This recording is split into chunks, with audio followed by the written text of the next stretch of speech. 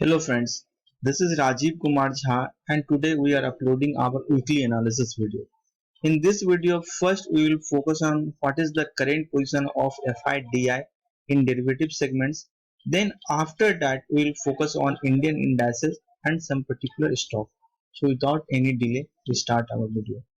सबसे पहले आपको स्क्रीन पे मेरा जो दिख रहा है वो आपको FIDI का डेरिवेटिव सेगमेंट्स में जो पोजीशन है ये चार्ट आपको दिख रहा है। यहाँ पे C से क्लाइंट है, D से DI है, F से FI और P से प्रो है। यहाँ पे ये इंडियन इंडाइसेस का ये करंट पोजीशन है कि यहाँ पे क्लाइंट जो है वो 24,000 कॉन्ट्रैक्ट लॉन्ग है, DI 25,000 कॉन्ट्रैक्ट शॉर्ट है और 26,000 कॉन्ट्रैक्ट इंडाइसेस में आपके FI लॉन्ग है। यहाँ पे 9,30,000 कॉन्ट्रैक्ट जो है ना वो स्टॉक फ्यूचर में क्लाइंट लॉन्ग है। यहाँ पे 14,37,000 कॉन्ट्रैक्ट जो है ना वो DI शॉर्ट है और यहाँ पे 4,20,000 कॉन्ट्रैक्ट जो है ना वो FI यहाँ पे लॉन्ग करके बैठा हुआ है। ये कॉल का पोजीशन है और ये पुट का पोजीशन है। तो पुट के पोजीशन से हम ये अंदाजा लगाने की कोशिश करते हैं कि मार्केट में FI क्या सोच रहा है। तो ये FI का पुट का जो पोजीशन है वो ये दिखा रहा है कि मार्केट में अभी एक्सट्रीम बुलिश है, मतलब उसे बेयरिशनेस नहीं नजर आ रही है। अब हम इसी चीज को जो चर्चा करेंगे वो हम कुछ पर्टिकुलर स्टॉक्स पे चर्चा करेंगे या आपको जो इंडाइसेस हैं उनके माध्यम से हम ये समझने की कोशिश करेंगे कि मार्केट में ये कहां तक बुलिश है और कहां तक ये देख सकते हैं। नॉर्मली क्या होता है कि मार्केट में FI जो बुलिश होते हैं वो मार्केट में लेट एंट्री करते हैं जब वो कंफर्मेशन उन्हें मिल जाता है।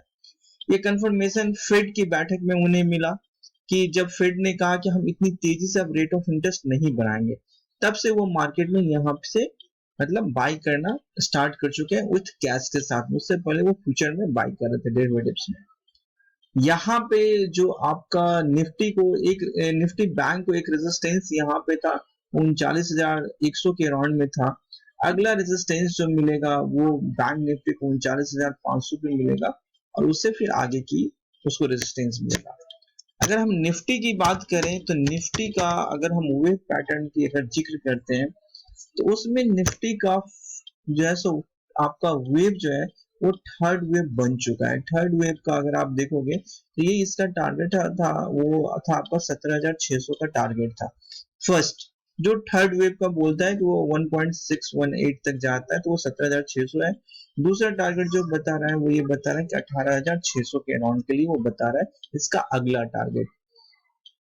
तो निफ्टी में आपने जैसे लास्ट फ्राइडे को दिन भी आपने देखा कि निफ्टी में उतनी मेजर जो है सो रैली आपको फ्राइडे को भी नहीं दिखा और सेम चीज आप देखोगे तो आपको बृहस्पतिवार को भी नहीं दिखा।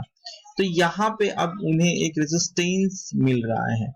तो मुझे हालांकि अभी भी मुझे निफ्टी में ये नहीं लग रहा है कि निफ्टी में जो है मेजर कोई करेक्शन होगा, स्मॉल प्रॉफिट बुकिंग होगा जो कि नॉर्मली होता है और निफ्टी में यहाँ पे कुछ गैप बचे हुए हैं।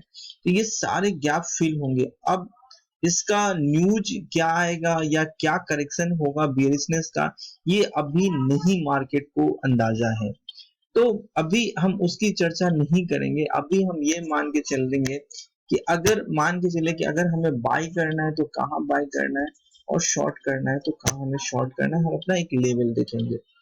तो सीधा सा ये लेवल जो बता रहा है वो ये लेवल बता रहा है कि अगर मार्केट प्रीवियस डे का जो लो है मतलब 17,595 का लो है, अगर मार्केट इस लेवल को अगर ब्रेक करेगा तब मार्केट में हम स्मॉल प्रॉफिट के लिए जो है हम इसको शॉर्ट कर सकते हैं और इसका पहला टारगेट जो होगा वो आपका 17,200 के अराउंड का होगा और उससे पहले भी एक आपको यहाँ पे रेजिस्टेंस मिलेगा वो 17,350 के अराउंड में मिलेगा। बट मेरा अभी ऐसा व्यू नहीं है कि हम यहाँ पे निफ्टी और बैंक निफ्टी पे ज्यादा फोकस करें। हम क्यों नहीं पर्टिकुलर स्टॉक्स पे फोकस करें वहां, क्योंकि वहां पे आपको एक ह्यूज अपॉर्चुनिटी मिल रही है बाइंग करने के लिए भी और सेलिंग करने के लिए भी आपको मिल रहा है। जैसे सेलिंग करने के लिए अगर आप बात करोगे तो आप मारुति की बात कर सकते हो। मारुति जो है सो अपना जब ये लेवल को 8800 के लेवल को उसने क्रॉस करके नीचे सस्टेन कर लिया तो मार्केट यहाँ पे ये कमजोर हो गया और मुझे लग रहा है कि मार्केट में जब तक वो 8820 के ऊपर मार्केट में नहीं सस्टेन करेगा इसमें वीकनेस दिखेगा। दूसरी बात हम करेंगे कोटक बैंक की। कोटक बैंक भी जो है सो आपका लोअर लेवल पे आपका गया हुआ था, 1823 तक गया हुआ था और इसके बाद में एक हल्का सा मूवमेंट आया और फिर ये कोशिश कर रहा है। अभी एक साइड जोन में ये बना हुआ है। हालांकि कोटक बैंक जब तक आपका ये जो यहाँ से आप यहाँ एक ट्रेंड लाइन खींच सकते हैं, ये भी एक मतलब ट्रेडिंग की बहुत ही अच्छी मतलब टेक्निक है और इसका भी आप यूज कर सकते हैं। कैसे आप यूज करेंगे ये चीज मैं आपको बता रहा हूँ। जैसे आप यहाँ से यहाँ इसको, अगर मार्केट इस ट्रेंड लाइन के ऊपर में है तो मतलब क्या मार्केट स्ट्रॉन्ग, अगर इस ट्रेंड लाइन के नीचे में तो मार्केट में शॉर्ट टर्म करेक्शन है। हालांकि अगर आप यहाँ पे देखोगे तो यहाँ पे एक inverted head and shoulder pattern छोटा सा दिख रहा है और बड़े चार्ट में अगर आप देखेंगे तो यहाँ पे एक कप एंड हैंडल का फॉर्मेशन आपको दिख रहा है, यहाँ और यहाँ दिख रहा है। तो मार्केट अगर टिल नाउ अगर मार्केट यहाँ के ऊपर है तो हम ऊपर की बात करेंगे और अगर इस ट्रेंड लाइन के नीचे है तो मार्केट में हम नीचे की बात करेंगे। दूसरा जो मैं बात करूंगा वो मैं बात करूंगा आईटीसी की। आईटीसी में एक स्मॉल मूवमेंट जो है सो अब धीरे धीरे ऊपर से करेक्शन का आ रहा है, बट यहाँ पे जो ये जो पैटर्न है ये पैटर्न यहाँ पे इस चीज को बता रहा है कि यहाँ पे एक छोटी सी रिकवरी आई है। तो मार्केट में जब तक ये 303 के लेवल के नीचे नहीं जाएगा तब तक हम शॉर्ट नहीं करेंगे, तब तक ये वेट एंड वॉच में हम रखेंगे और अगर ये आपका 313 के ऊपर जाएगा तो मार्केट में हम लॉन्ग करेंगे, अदरवाइज हम इसको अभी वेट एंड वॉच की पोजीशन रखेंगे। अब यहाँ पे कुछ स्टॉक्स जो मैं बात करूंगा वो मैं बाइंग की बात करूंगा। बाइंग में मेरा पहला जो स्टॉक है वो है रिलायंस इंडस्ट्रीज और रिलायंस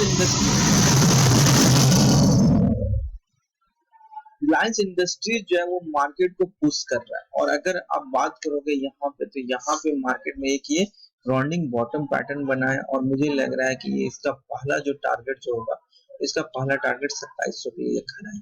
तो आप इसको लॉन्ग कर सकते हैं एक स्मॉल स्टॉप लॉस के साथ 2633 का 2600 का आप स्टॉप लॉस के साथ में आप इसको लॉन्ग कर सकते हैं। ये मेरा पहला स्टॉक है लॉन्ग के लिए। दूसरा स्टॉक जो मैं लॉन्ग की बात करूंगा मैं एचडीएफसी फाइनेंस की बात करूंगा। अभी मार्केट में एक तरफ कुछ स्टॉक्स जो चल चुके हैं उसमें प्रॉफिट बुकिंग हो रही है और जो स्टॉक्स नहीं चले उसमें मार्केट में धीरे धीरे करके मोमेंटम आ रहा है और यही मोमेंटम आपका एचडीएफसी फाइनेंस में आ रहा है और एचडीएफसी फाइनेंस और एचडीएफसी बैंक दोनों एफआई के पसंदीदा शेयर है। तो यहाँ पे अगर आप चाहें तो आप इस स्टॉक्स में लॉन्ग कर सकते हैं और स्टॉप लॉस जो मेरा होगा वो 2420 का होगा। दूसरा जो मेरा स्टॉक्स है वो मेरा एक स्टॉक्स और है वो है एक्सिस बैंक और एक्सिस बैंक में भी मुझे स्ट्रॉन्गनेस दिख रहा था। इससे पहले मैंने आईसीआईसी बैंक की बात कहा था कि आईसीआईसी बैंक अपने 52 वीक हाई को क्रॉस करने को रेडी है और उसने क्रॉस किया और उसने वहां से अच्छा खासा मूवमेंट भी दिया। अब ये सेम चीज आपको यहाँ पे जो दिख रहा है वो एक्सिस बैंक के साथ में दिख रहा है और मुझे लग रहा है कि एक्सिस बैंक अगर इस लेवल को होल्ड कर रहा है मतलब 750 का लेवल जब तक एक्सिस बैंक होल्ड कर रहा है तब तक ये स्ट्रॉन्ग है। दूसरा जो मैं बात करूंगा वो मैं बात करूंगा आपका क्रूड में। क्रूड में बहुत ही जबरदस्त अपॉर्चुनिटी आपको बन रही है और क्रूड की अपॉर्चुनिटी को जो आपको पिक करना है वो आप मजे से कर सकते हैं। बुधवार के दिन इसका इन्वेंट्री का डाटा आता है तो इन्वेंट्री का डाटा अगर मान के चले कि बढ़ के आया है प्रीवियस वीक के तो इसका मतलब ये है कि क्रूड में जो है सो आपका बढ़ के आने का मतलब ये कि सप्लाई ज्यादा है डिमांड कम है। तो मतलब ये है कि क्रूड में जो है सो आपकी गिरावट होगी और इसी का ठीक उल्टा अगर क्रूड का इन्वेंट्री डाटा अगर घट के आया है तो मतलब ये है कि क्रूड क्या है कि मार्केट में आपका ऊपर की ओर जाएगा।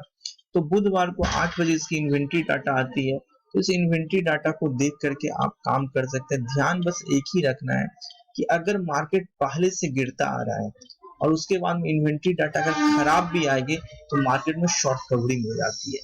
जैसे कि लास्ट आप बुधवार के दिन की अगर बात करेंगे तो बुधवार के दिन मार्केट में इन्वेंट्री डाटा जो है ना वो खराब आया था, लेकिन यहाँ से आप देख लें कि मार्केट इसने यहाँ से रिकवर किया। ठीक है, तो मेरा वही कहना है कि मार्केट में आप इंडियन मार्केट में भी काम कर सकते हैं, इंटरनेशनल मार्केट में भी काम कर सकते हैं।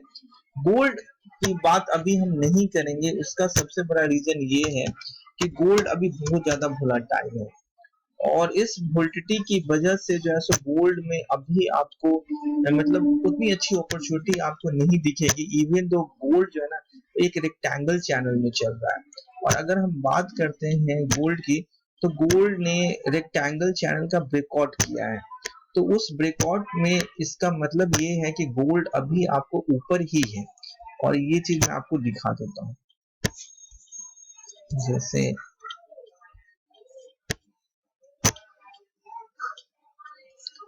ये गोल्ड है,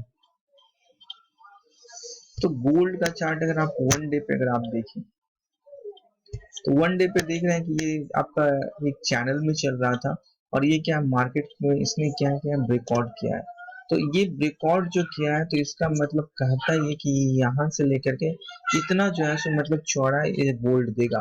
तो गोल्ड अगर अपने प्रीवियस हाई को क्रॉस करेगा तो हम लॉन्ग करेंगे।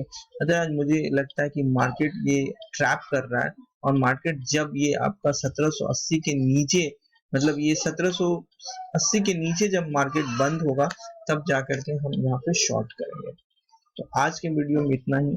अगर ये वीडियो पसंद आए तो इसको लाइक करें और सब्सक्राइब करें और फ्रेंड्स के साथ में शेयर करें। That's all. Thank you.